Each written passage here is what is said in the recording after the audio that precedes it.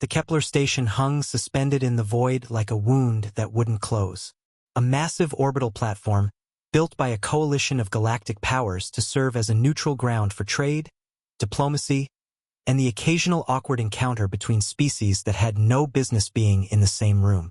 On this particular rotation, it was awkward.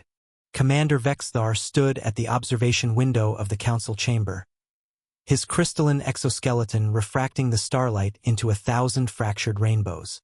He was Zelanthian, a species known for their elegant biology, their mastery of advanced mathematics, and their absolute certainty that they understood everything about warfare. They were wrong about the last part. So, Vexthar began, his voice a series of harmonic chimes that the translation matrix converted into standard Galactic. You are the human representative. Tell me, warrior, in all your years of combat, what is your total kill count?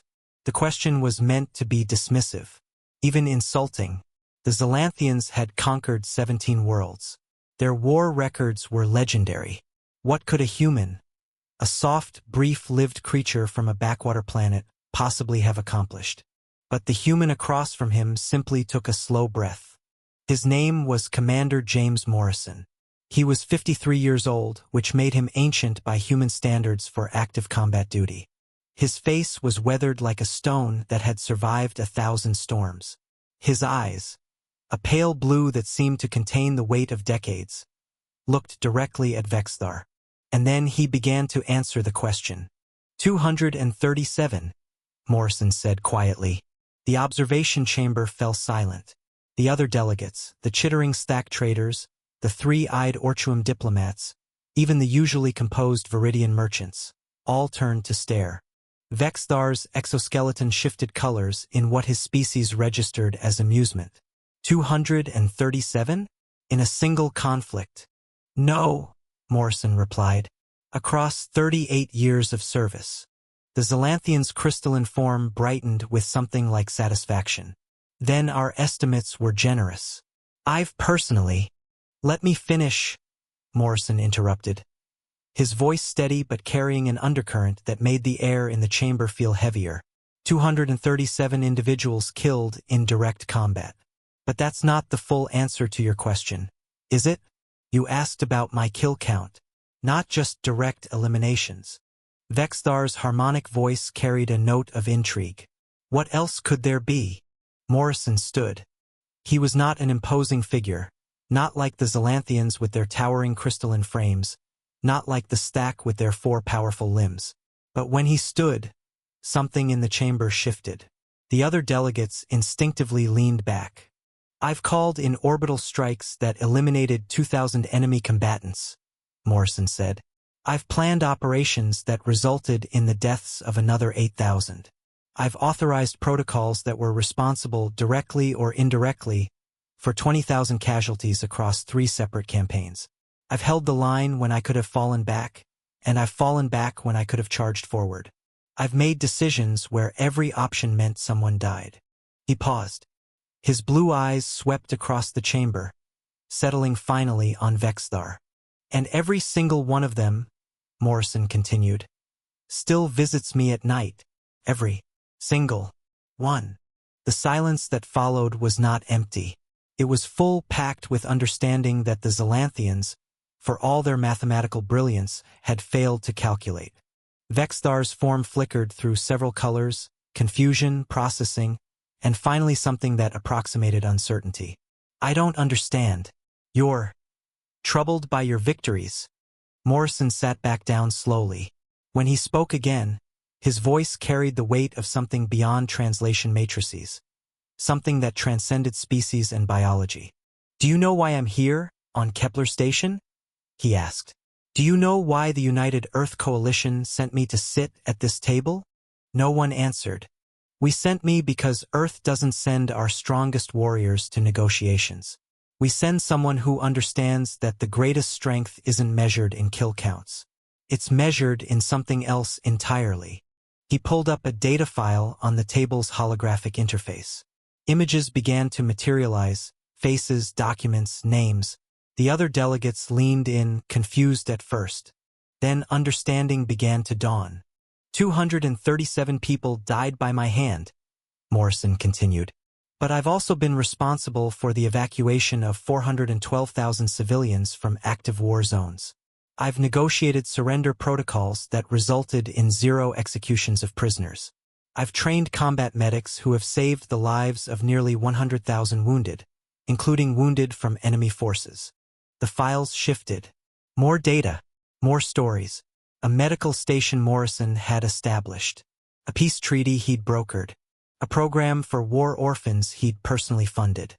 The Zelanthians calculate strength through conquest, Morrison said, looking directly at Vexthar.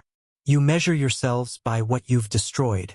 But humans, we measure ourselves differently. We measure ourselves by what we've protected, what we've saved, what we've built from the ashes. One of the Orchuum delegates, a being whose 3 eyes usually saw everything, seemed to be seeing something new. Are you saying that you regret your violence? I'm saying I regret the necessity of it, Morrison replied. I'm saying that every shot I fired was because I believed it was the only way to protect someone I cared about. And I'm saying that I've spent every day since trying to make sure I never have to fire another shot for the same reason. Vexthar's form had stopped fluctuating. For the first time, the Zelanthian appeared to be genuinely processing something beyond mathematics and strategic advantage. Show me, Vexthar said finally. It wasn't a command. It was a request. Over the next hours, Morrison showed them things the Zelanthian had likely never considered. Video records from the refugee camps he'd established. Messages from soldiers whose lives he'd saved. Data on the reconstruction programs he'd helped implement on liberated worlds. But more than that, he told them about the weight. The heavy, aching weight of command. The knowledge that every decision rippled outward, affecting families and futures in ways that no strategic calculation could fully capture. By the end, even Vexthar's crystalline form seemed dimmer somehow, less certain of its own brilliance.